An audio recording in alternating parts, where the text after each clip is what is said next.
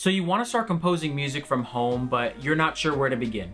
In this video, we're going to take a look at the top 5 tools that you need to start composing in 2021. Let's go.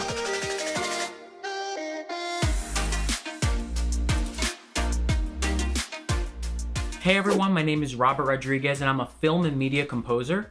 On this channel, you'll get tips and tutorials for anyone looking to learn music theory or start composing. So if you're new here to the channel, definitely consider subscribing. Now, before we get into the top 5 tools that you'll need to start composing, I just wanted to preface this video by saying that I will always recommend that you use what you have first before going out and buying something new.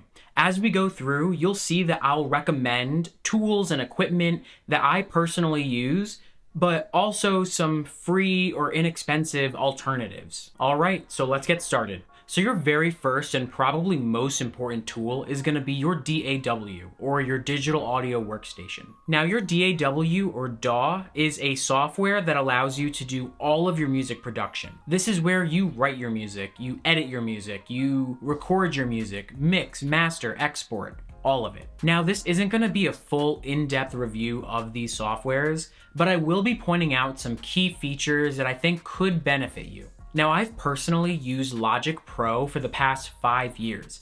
It's a pretty big competitor in the industry. It's an extremely powerful and intuitive program, but it is specific to Macs. It does come in at around $200, but you get some amazing stock plugins and synths and samplers. Plus, that's a one-time price, so you don't have to pay extra on updates or upgrades or anything like that. So if you're a Mac user and you're looking to make that investment or just start quickly, then I highly suggest getting Logic Pro. It's a good idea to start talking about some alternatives as well. If you're a Mac user, you've probably heard of or seen GarageBand.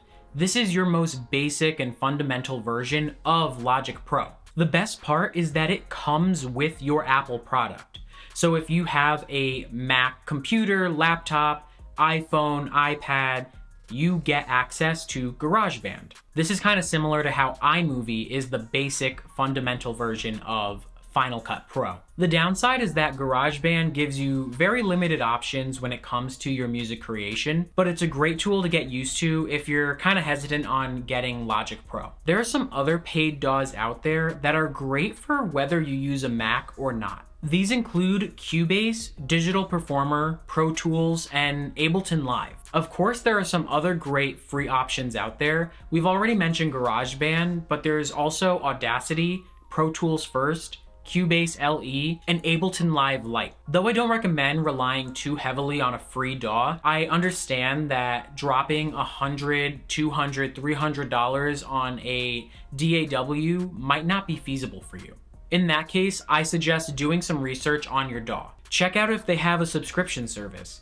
See if you have to pay for yearly updates or if you only have to pay once. There are some great student discounts out there for students or educators, and double check if companies offer free trials. In your research, you might find that one DAW is better for composing, one is better for mixing, one is better for loops and samples. And a lot of people will have strong opinions as to why one DAW is better than another. But when it comes down to it, these industry standard softwares are all gonna be relatively similar. So the best DAW out there is honestly the one that you can get used to. For whichever one that you choose, the best thing that you can do is to learn your DAW inside and out. Understanding your software will free you up of most technical limitations, and it'll speed up your workflow. And if you're already familiar with DAWs and you've tried a few different ones, let me know which one you like best. Tell me in the comments down below. Now, the second tool that you'll need to start composing is a MIDI keyboard. MIDI, M-I-D-I, stands for Musical Instrument Digital Interface. My main MIDI keyboard or MIDI controller is my Nectar Impacts LX88 Plus. It's an 88 key keyboard, kind of similar to the size of a grand piano keyboard. The thing about MIDI keyboards is that though they look like pianos, in order to actually play something, they typically need to be connected to a source of samples or sounds. If we were to compare a MIDI keyboard to a digital piano, it's important to understand that the MIDI keyboard will need to be plugged into something in order to work. But you can use any sample that you have at your disposal because it acts as a controller for your sounds and treats it like data based on the keys that you're using. You can play pianos, trumpets, flutes, synths, strings, percussion, literally any sample that you have. And a digital keyboard is similar to an actual piano where you play it and it sounds like a piano. So MIDI keyboards come in a few different sizes. There's 25, 49, 61, and 88. A full-size 88 key controller like my LX88 Plus is perfect for a native piano player or maybe an orchestral composer who wants access to the full range of pitches. On the other hand, something smaller like a 25 key MIDI controller might be perfect for single-handed chords or maybe music producers. So I actually have the Akai MPK Mini 2, and this thing is super compact and super portable. As a more orchestral composer, I love it for when I'm on the go or whenever I don't have my full setup. Now there is an Akai MPK Mini 3, but it's just a newer model of the one that I have here.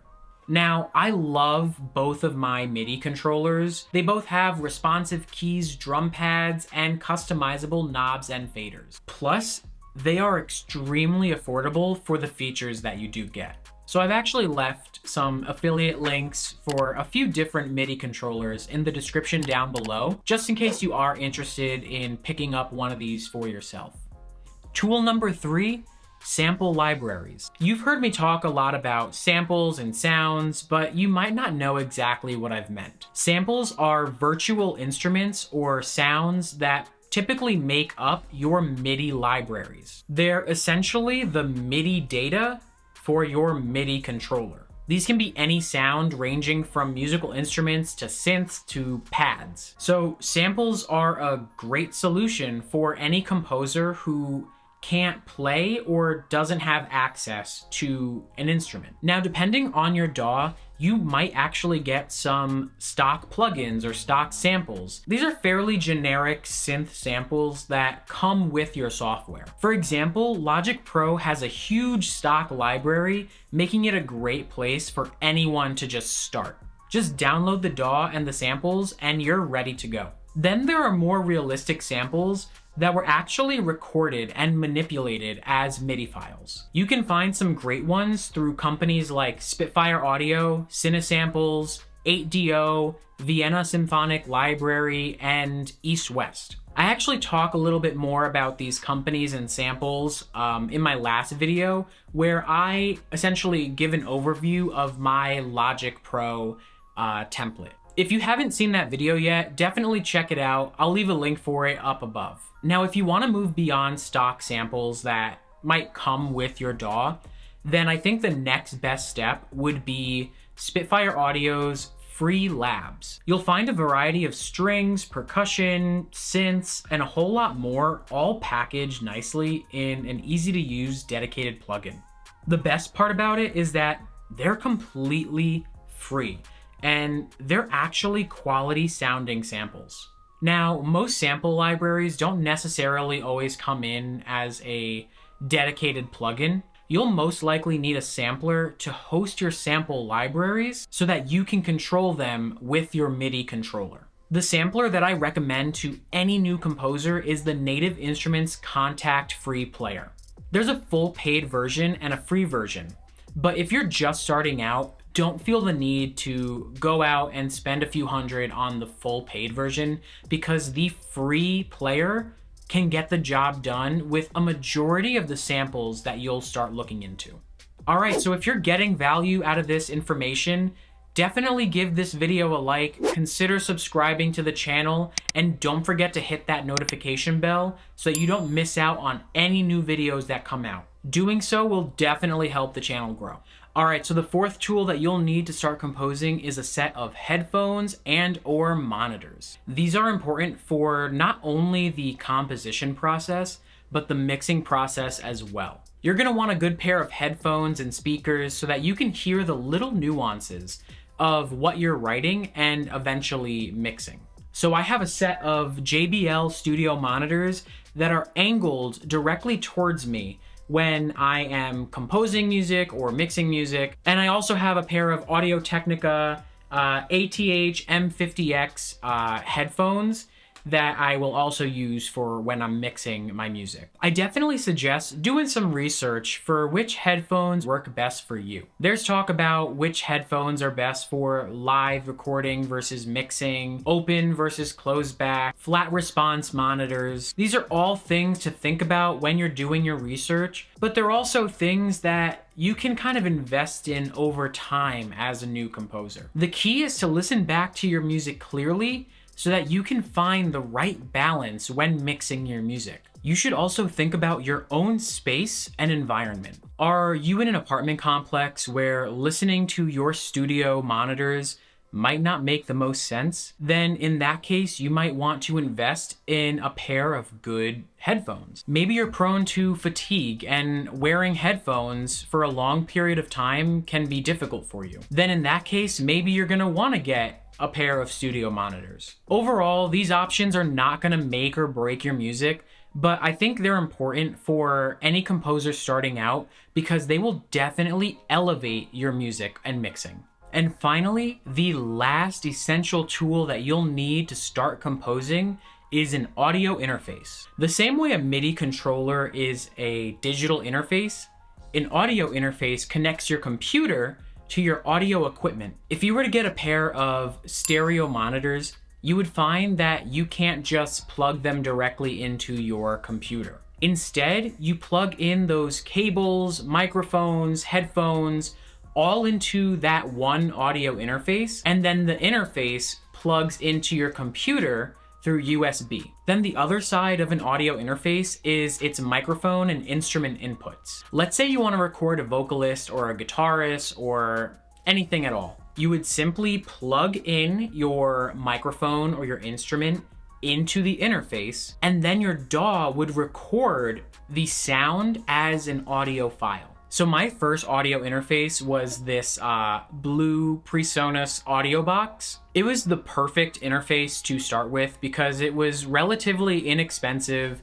It was basic and easy to use, and it was portable, so I could take it wherever I went. Then last year, I upgraded from my audio box to the solid state Logic SSL 2 Plus. For the cost, it is sleek and sturdy, and it's extremely powerful. So these are just two that I would recommend: the PreSonus Audio Box USB and the SSL 2 Plus. But another top contender is the Scarlett 2i2. This is pretty similar to the PreSonus Audio Box. Scarlett and some other interfaces have different models that increase the number of microphone or guitar inputs and outputs. For example, there's the Scarlett 4i4, 8i6, 18i8, and a few more. So I personally don't record instruments or vocals all too often. Instead, I focus more on my one microphone that I use to record the audio for my videos. So when purchasing an audio interface, I knew that I wouldn't need more than maybe 2 inputs. And with that said, it's always nice to have the option to record multiple mics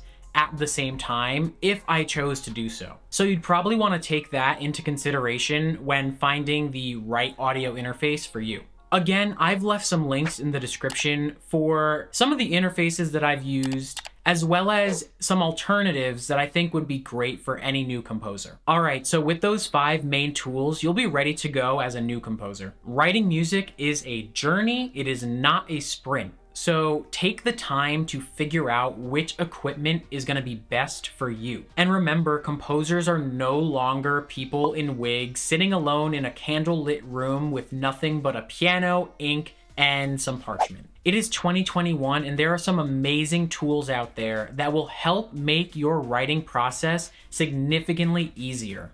Again, if you found value in this video, don't forget to like and subscribe. And once you're all set up with your 5 composer tools, I encourage you to go back and check out my orchestral template building series. I show an overview of my Logic orchestral template and hope to get some more videos out on my step-by-step process on how to build that template. And as a thank you for watching this video, I wanted to share with you my free reference guide for the top 5 tools anyone needs to start composing in 2021. It covers the absolute basics that we've talked about in this video. It's a free downloadable PDF file, so definitely check that out. All right, once again, thank you for stopping by, and I will see you in the next video.